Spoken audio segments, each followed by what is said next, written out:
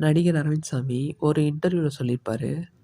அ என் பையன் வந்து யாருக்காவது ரசிகர் மன்றம் ஆரம்பிக்க போறோம்ன்னு சொன்னா, போய் படிக்கிற வேலைய பாருன்னு சொல்லுவேன்.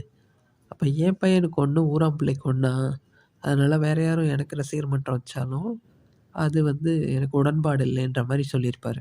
அவர் சொன்னது ரொம்ப சரியான வார்த்தைகள். என்ன காரணம்னா, யாரோ ஒரு பையன் வந்து ஒரு ரசிகர் மன்றத்தில இணையிறதோ, ரசிகர் மன்றம் ஆரம்பிக்கிறதோ, அந்த பையனுக்கோ, சமூகத்துக்கோ ஏதாவது பலன் கொடுக்கக்கூடிய விஷயம்னா செய்யலாம்.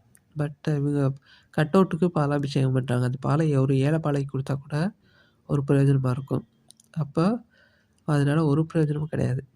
அ இன்னொன்னு ஒரு தனி மனுஷனுக்கு வந்து அவனோட படிப்பு, வேலை, அவனோட குணங்கள், நடத்தைகள்னால தான் மரியாதை கிடைக்குமே ஒழிய, ஒரு யாரோ ஒரு ஸ்பெசிஃபிக் நடிகருக்கு ரசிகர் அப்படின்னு சொல்லிக்கிறதுல, யாருக்கும் எந்த மரியாதையும், எந்த கௌரவமும் கிடைச்சிராது. அத நம்ம பிள்ளைங்க உணர்ந்து படிப்பும், வேலையும் முக்கியம் அப்படின்னு நெனச்சு, அதில தான் டைம் வந்து அவங்க செலவு பண்ணணும்.